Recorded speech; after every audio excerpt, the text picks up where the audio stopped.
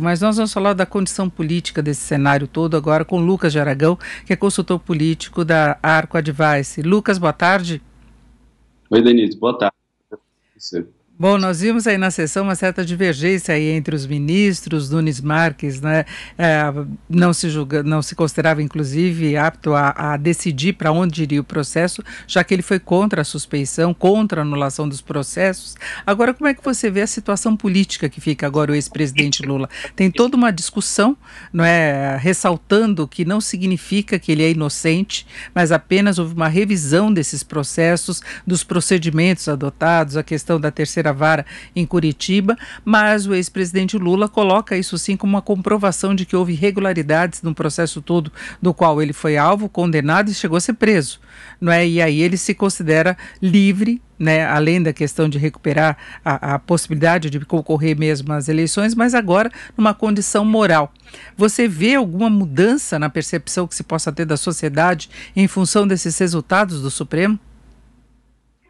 Olha, Denise, claro que a narrativa do Lula, caso a suspeição do Moro seja confirmada, seja porque o plenário decidiu que ele é suspeito, ou porque simplesmente confirmou e não vai entrar no mérito, mas confirmou a decisão da segunda turma, isso fortalece a narrativa do Lula. É melhor para o Lula caso o plenário do STF, julgue e considere o Moro, né, suspeito, porque aí isso dá uma força na tese do Lula de que houve uma perseguição, e ele vai usar isso na campanha de maneira muito forte. Agora, eu tenho minhas dúvidas se o fato do plenário decidir muda algo na cabeça da sociedade. Eu acho que o que fica para o Lula, caso o STF, por exemplo, mantenha a decisão da segunda turma, mesmo sem entrar no mérito, ou seja, não é o ideal para o Lula. O Lula gostaria de que o plenário do STF se manifestasse, dizendo sim, o Moro é suspeito. Mas eu não vejo tanta diferença entre isso e apenas confirmar a decisão ali da segunda turma. O próprio plenário, eu acho que ele também não quer virar ali uma corte de revisão, onde ele tem que, a cada decisão da segunda turma, ir até o plenário para falar se a segunda turma tem ou não razão. Então, por isso eu acho que a tendência hoje é do plenário manter ali a decisão da segunda turma sem necessariamente entrar e julgar o mérito. É exatamente isso que eles vão discutir agora. Agora, Lucas, chamou a atenção que desde o momento em que houve essa anulação dos processos e transferência por decisão do ministro Fachin, a avaliação geral é que estaria quase como certo que nas eleições do ano que vem nós teremos um segundo turno entre o ex-presidente Lula e Jair Bolsonaro. Não é como se não houvesse outras forças políticas aqui no país capazes de ter um nome com condições de disputar com os dois, né, e partir para o segundo turno, né, de se formar uma condição política. Como é que você analisa esse cenário? Parece uma coisa muito pobre aqui para o Brasil, não é? Olha, o centro tem voto, mas não tem candidato. O centro, todo mundo quer uma união do centro, mas todo mundo quer liderar essa união do centro. Então, o PSTB acha que tem que ser uma união do centro com eles, o outro partido acha também, aí no mesmo, dentro do PSTB você tem o Dória, tem o Eduardo Leite, aí começa agora rumores do Tasso, ainda que eu ache difícil, aí o Huck aparece como um possível candidato, mas não tem partido, tem motor, mas não tem carro. O próprio Moro também agora, já mais distante da política, já pensou numa tese. Mandetta, já um tempo atrás, já falou do assunto. Então, aquela história, né, Denise, aqui em Brasília, quando tem muito candidato é porque não tem nenhum. Então é porque o centro não achou o nome. E eu acho, sim, que é uma situação difícil para o centro encaixar uma candidatura. Por quê? Porque hoje você tem o Bolsonaro ali com 25%, 26% de ótimo bom, fora os 20 e poucos ali de regular. Costumo brincar que na política regular é quase amor, então ele tem ali um espaço para muito possivelmente estar no segundo turno. O Lula tem ali um capital político. O próprio PT, desde 89, segundo turno com Collor, passando pelas duas derrotas para o Fernando Henrique, derrotas no primeiro turno, e depois disso as vitórias com Lula e Dilma, o PT tem no mínimo 30 e poucos por cento nas suas eleições, em primeiro turno pelo menos, como foi com Haddad contra o Bolsonaro. Então o Lula senta ali num capital político, que ele não precisa fazer muita coisa para ele não está sendo julgado pelas suas políticas públicas. Então é um lugar meio fácil de estar, porque ele fica ali como comentarista, está certo, está errado, eu faria diferente, e preserva. O Bolsonaro tem o poder da iniciativa, que é bom e ruim. Bom porque você pode tomar iniciativas que dão voto e também escorregar em cascas de banana. Então eu vejo uma situação difícil para um candidato de centro, porque o candidato de centro, de duas uma, ou ele vai ter que desidratar o Lula ou o Bolsonaro para colher esses votos, ou ele vai ter que fazer uma campanha assim, estrondosa, vai ter que ter uma campanha de cinema, aquelas que ficam para a história, para ele poder encaixar ali uma narrativa onde o Brasil inteiro está dividido nos três e você tem um primeiro turno ali de 20 e poucos com 3 candidatos, o que parece um pouco difícil hoje com o centro sem conseguir encaixar uma narrativa e ainda sem conseguir encaixar um candidato, né?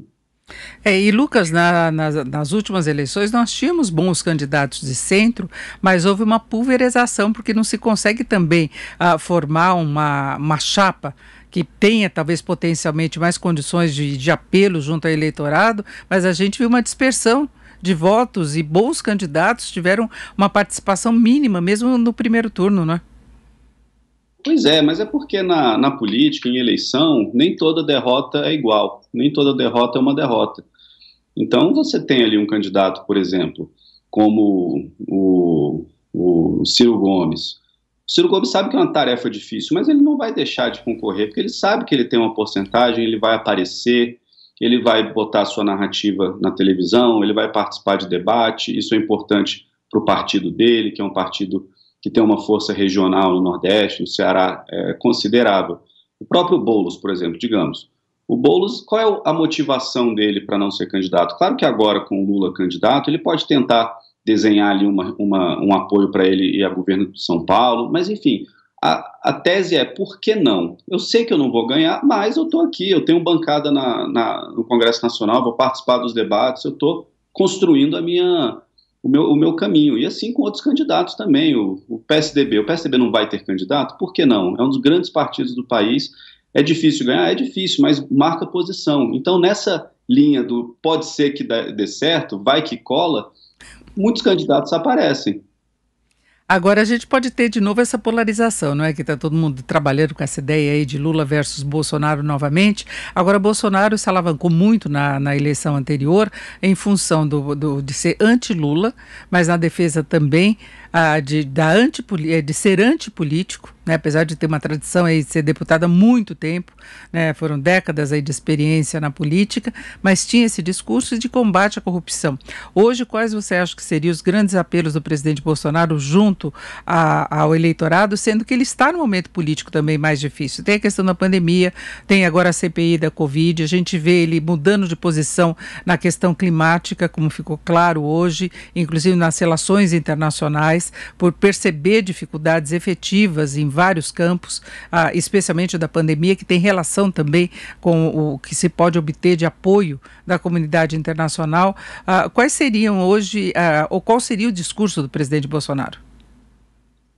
Olha, Denise, eu acho que o Bolsonaro, primeiro que campanha, você vai com o dedo no pulso ali das pesquisas, né? Como foi o Lula, por exemplo, em 2002, que o grupo ali do José Dirceu falou para ele, olha, Lula, você bateu na trave 4 vezes aqui, se você quiser ganhar, você vai ter que readaptar o seu discurso, vai ter que baixar um pouco o tom, vai ter que chamar um empresariado, trouxe o Alencar, deu sinalizações para o mercado com aquela carta, Palocci no Ministério da Fazenda que o mercado tinha um certo conforto.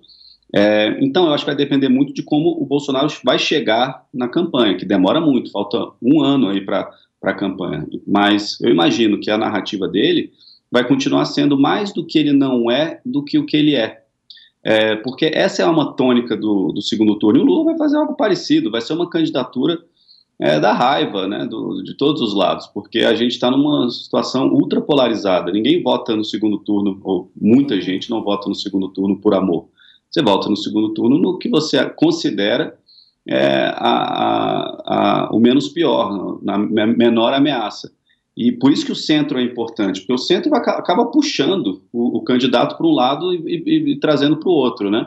Agora, como o centro não tem candidato, como eu estava dizendo, as candidaturas vão ter que se acomodar um discurso um pouco mais moderado, principalmente no segundo turno, para atrair esse voto. Quanto às bandeiras, não saberia dizer hoje, Denise, quais serão as bandeiras. Depende do futuro da vacinação. Se a vacina ocorrer bem no Brasil, o sistema de imunização brasileiro funcionar bem, a gente tiver, digamos, até o final do ano, a maioria dos brasileiros imunizados, vai ser uma narrativa, por mais que boa parte das vacinas sendo aplicadas hoje no Brasil tenham sido da Coronavac, lá do joint venture do João Dória, governador de São Paulo, com os laboratórios chineses, mas o brasileiro ele é muito personalista, olhando ali o capitão do barco, né? Então ele pode atribuir isso ao Bolsonaro. A economia não vai decolar, então vai ser uma dificuldade. Ele vai usar o argumento de que ele teve as mãos atadas na pandemia, porque o STF isso, porque o STF aquilo.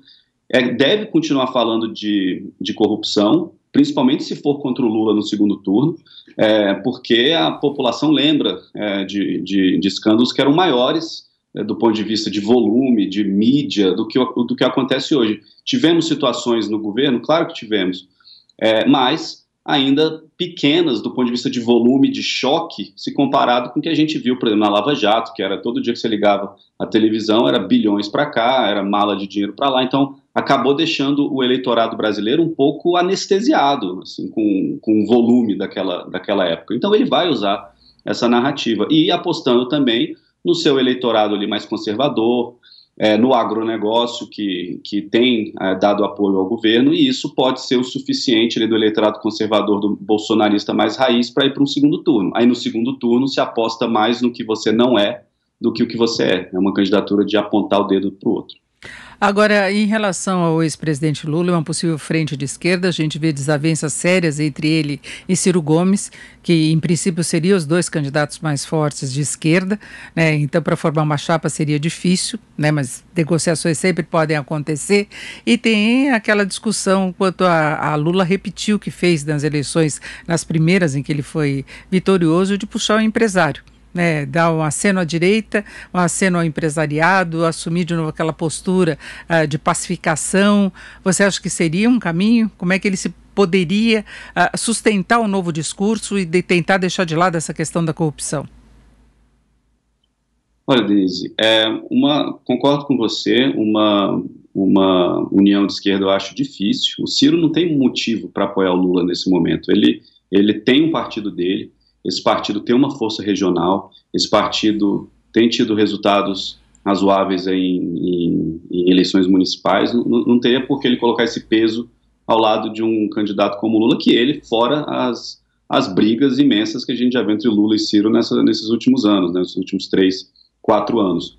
Quanto ninguém sabe qual vai ser o personagem que vai entrar do Lula em 2022, caso ele seja candidato. Vai ser o Lula de 2002, aquele Lula que trouxe o Alencar, que falou com o mercado, ou vai ser o Lula de outros, antes da vitória dele de 2002, que era um candidato que falava mais para a sua base, ali, mais para a base do PT, mais para a esquerda. Eu não sei qual que vai aparecer. Se ele tem capacidade... A primeira pergunta ele vai querer fazer esse aceno ao empresariado? Eu acho que ele vai.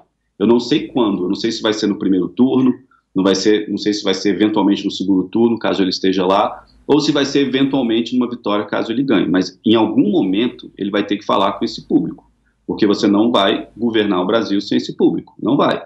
Então, em algum momento ele vai falar com esse público. A minha dúvida é quando. Se eu tivesse que dar um palpite aqui, eu vejo isso acontecendo mais entre o primeiro e o segundo turno, ali caso ele vá para o segundo turno. Agora, o empresariado tem que aceitar essa conversa, né? Porque as pontes do PT com esse setor foram meio queimadas pela Dilma, por conta de anos muito ruins aí da economia. A dívida PIB aumentou demais, o que encareceu o juro, encareceu o dólar e fez com que o setor produtivo sentisse muito. Então, esse público vai querer, vai aceitar essa mão sendo estendida? Eu não sei se vai depender também do outro lado, porque o mercado é muito racional. O mercado ele não vai pela emoção, porque gosta de um, gosta de outro. Ele vai ver qual dos dois tem chances, e dentre os que tem chances, qual que tem uma postura e uma cartilha econômica que esteja mais alinhada à cabeça do mercado, do setor produtivo. Caso o Bolsonaro chegue lá ainda com essa cartilha, tende a ir mais para o Bolsonaro. Agora, o Lula pode conseguir cooptar esse público caso tenha uma cartilha mais parecida com o de 2002. Então vai depender de inúmeras variáveis, que o Lula vai ter que fazer essa aproximação com o empresariado, com o setor produtivo, com o mercado, eu não tenho dúvida nenhuma. Agora, a minha dúvida é quando. É, exatamente. Bom, e tudo vai depender do desfecho de toda essa situação jurídica também do ex-presidente Lula, porque vale ressaltar, ele não teve, ele não foi inocentado. Houve uma mudança de procedimentos, embora seja difícil a retomada do processo em Brasília, há tempo, né, de talvez tirar a elegibilidade dele, né, antes das eleições mesmo, mas de qualquer modo a situação está em aberto. Ele foi condenado e os processos serão revistos pela Justiça Federal de Brasília, né? E agora tem a questão da suspeição de Sérgio Moro, que nós vamos acompanhar a decisão aí do Supremo, né? Se vai o plenário, se vai ratificar já a suspeição que já foi decidida pela segunda turma. Mas, Lucas Aragão, eu agradeço muito a sua participação. Lucas, que é consultor político da Arco Advice, muito obrigada pela sua participação. Uma boa tarde. Obrigado, Denise. Boa tarde para vocês também.